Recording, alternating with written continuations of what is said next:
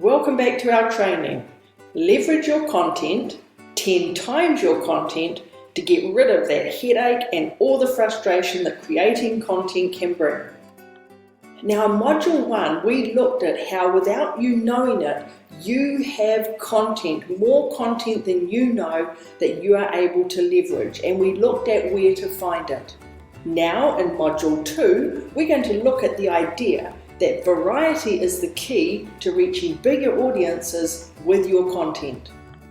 In this training, you're going to learn how to get the biggest results, make the biggest bang, and make the most of your content reaching more and more people. This training is based on the premise that we are all different, and we know we are. Some of us love to watch video after video. Others prefer text, where they can read and quickly scan for highlights. And yet others love to listen to audio, especially while they're doing other things. These and many other format preferences actually make it easy for you to leverage your existing content over and over again. So this is where leveraging your content really comes into its own. In taking your content in one format and spinning it into another format, it is able to then reach a new segment of your ideal audience. Now, you may need to make a slight adjustment in the way you think here. Instead of thinking of leveraging content as creating multiple single, completely new pieces of content, today I want you to think sideways. I want you to think laterally. We start with what we will call your masterpiece of content. It's one main piece of content that you're passionate about or that your audience really has a need for. Then it's learning how to brainstorm how many other ways you can simply format that content. This is what leveraging is. Instead of rewriting new pieces all the time, looking for different ways to format your master content. For example, let's take a blog post as being your master content. You can take information from that master content to create mini content in perhaps an email mini course. Next level micro content could be perhaps a video using exactly the same material in your master content. And then maybe into macro content, making an infographic of the content to support your master content. The beauty of this type of leveraging is that each micro, mini and macro version of content supports and augments the master content piece and each other. And for you, you're focusing specifically on one goal with multiple supportive pieces of content to put out on multiple different platforms. And yet you cannot do this randomly. You must be strategic about it. Before you decide which type of format to repurpose a masterpiece of content into, you want to think about what you want it to do. What is the end result you are going for? You need to ask yourself, who hasn't seen this content yet, and who do you want to see it? What is their preferred learning style? And where do they actually interact with your content the most actively? And here's the fun part. If you find that you have more of an active audience for your podcast than your blog post, turn your blog post into a podcast. If you find you have more action in your YouTube videos than your podcast, turn your podcast into a YouTube video. And if you find there's more interaction in a Facebook Live than your YouTube videos, do a Facebook Live version of your video. And if you're savvy enough, create a 15-second Instagram story from your Facebook Live. There are just so many options. And then finally, doing this strategically, I want you to create 2 checklists.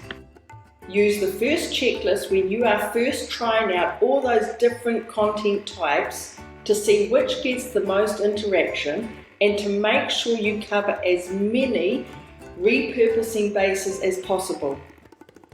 Once you have an idea of which formats net you the hottest interaction, get more people involved, then I want you to adjust your checklist and I want you to narrow your focus into the platforms that really work for you and your audience.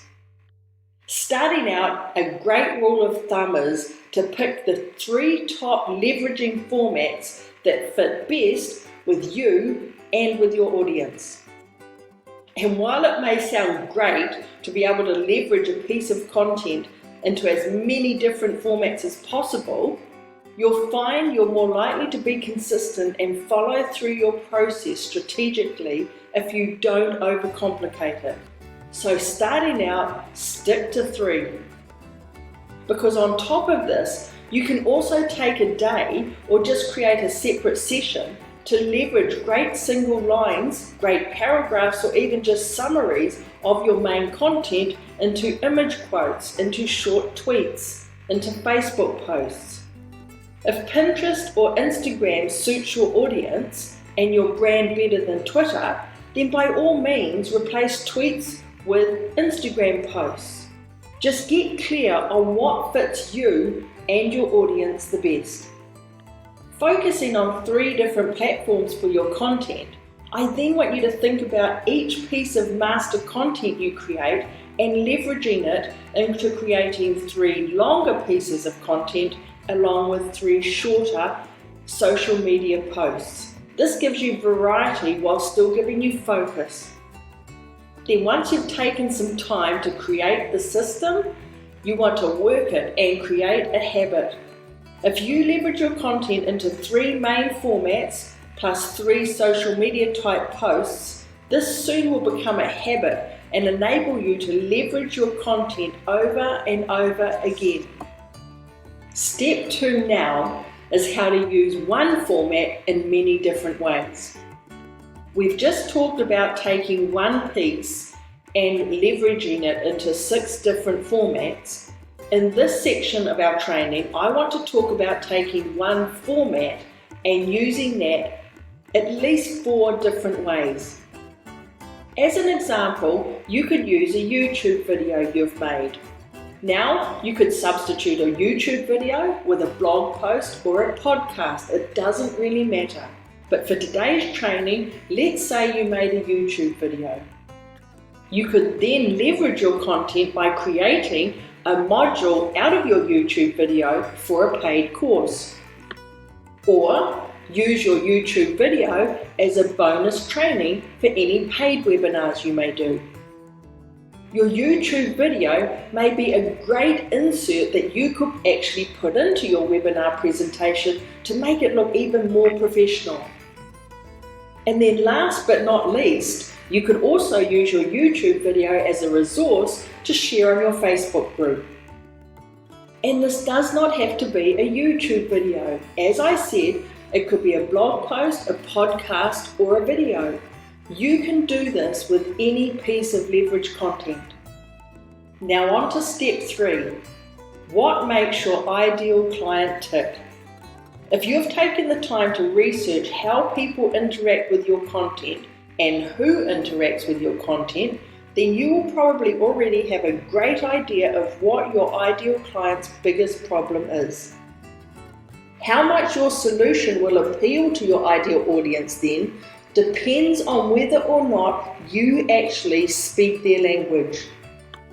Do you actually communicate with them in a way they understand?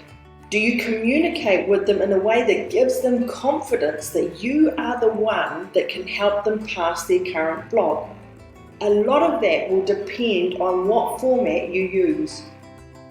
And to help you even further, you will be able to communicate in a way they understand better if you know what type of learner they are. A visual learner responds best to images, graphs, illustrations, videos, live streams, and slides. They prefer extra white space, short paragraphs, and key points emphasized with graphics. An auditory learner responds best to podcasts and audio files. Videos and live streams work really well too, specifically live streams, because then all they have to focus on is listening to them.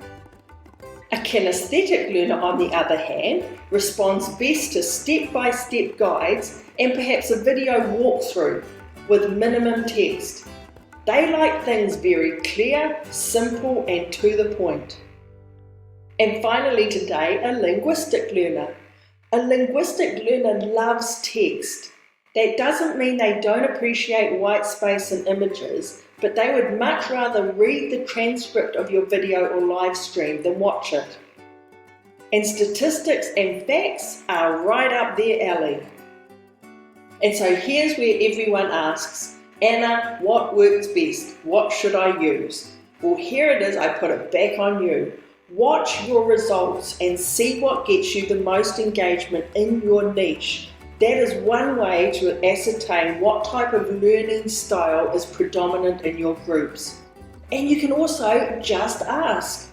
Particularly if you have a Facebook group with a poll added, you can post your question and find out what preferred style your community prefers you to speak in. And when you first start out leveraging your content, it's a great idea to present it in multiple formats so that you can take care of all types of learning styles. Because it doesn't matter what group we're in, we are all different. We are not just one type. It's easy to provide a transcript with your video course module, or perhaps record an audiobook version of your book, or to add clear diagrams and pictures to your text. Another way you can understand your ideal client better and be more in tune with how you communicate with them is by doing a personality profile test. Now, many may poo-poo these personality profile tests, but I love them. And the first step always is to take the test yourself and then do it again as if you were your client avatar.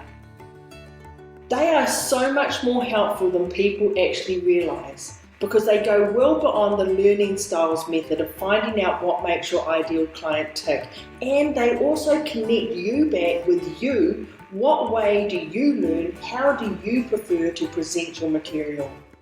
Myers-Briggs is a great personality test, and I have a great simple one called the DOPE test. Now, it's not so much of a test, but it helps you see the different personalities we all have within us and which ones are dominant in us.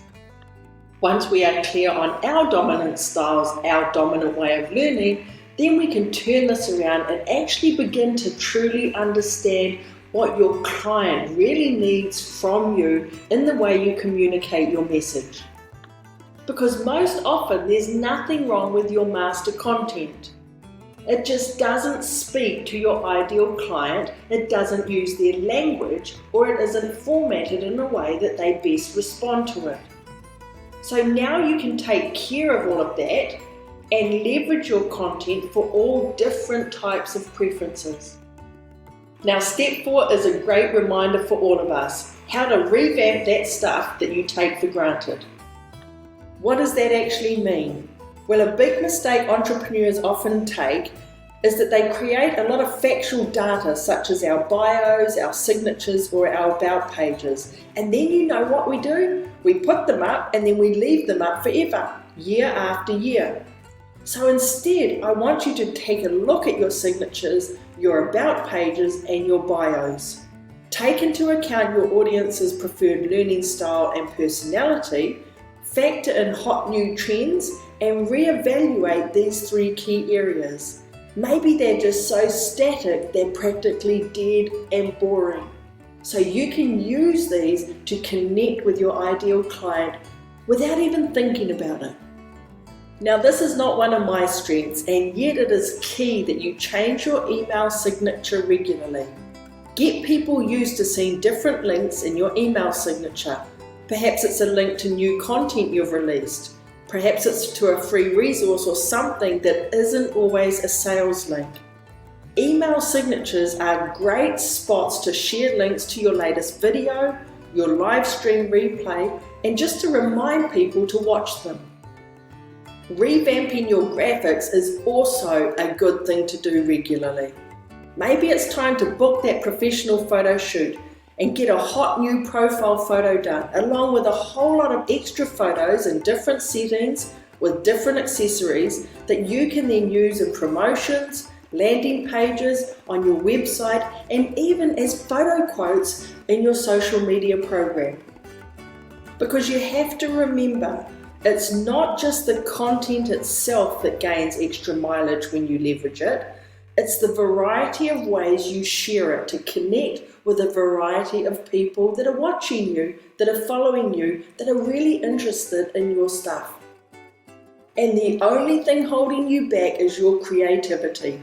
So get creative and make sure you are making the most out of your leverage content. So step 5, what's hot and what's not. Leveraging your existing content, you need to be able to take advantage of the currently hot methods of sharing. Instagram. If your audience is active on Instagram, then it's Insta Stories that you need to use. It's a no-brainer. Granted, they're only 15-second video stories that appear and disappear within a day, but they bring a live feeling to your posts. They bring a feeling of immediacy and a great sense of fun to your communication with your community. Also be careful. Longer articles are a must nowadays for platforms such as LinkedIn or Google+. And even in your blog, if you habitually only create short posts, then you want to make sure that you add some variety and throw in some longer ones into the mix. You want to give your site more weight and authority by digging deeper for your master content. And don't spend a whole lot of time rewriting content. If you have 3 or 4 posts on a single topic, then combine them into a deeper article. And keep in mind that if you do have several posts on a topic, it's likely to either be a topic you are passionate about or one that really interests your audience. So don't waste your content. Facebook Live is a must. Facebook Live is more popular than ever. So you need to get over your fear of appearing on camera and start using it, especially in your groups. When people see your face and hear you speak, it makes you so much more real to them than any professional profile photo. Plus, you can repurpose or leverage your best live streams and promote them in your emails or even on YouTube. Step 6, we want to make sure that you are leveraging your emails. The most important area of your business relates to building your list. So don't ignore your emails when you are looking to repurpose or leverage your content. Look through your old content, especially your evergreen content that is always relevant to your audience, and then look at leveraging it. Create email tips from your content. Create links back to your content in your email signature. Create reminders about awesome posts you may have had in the past, or create new posts for email people only.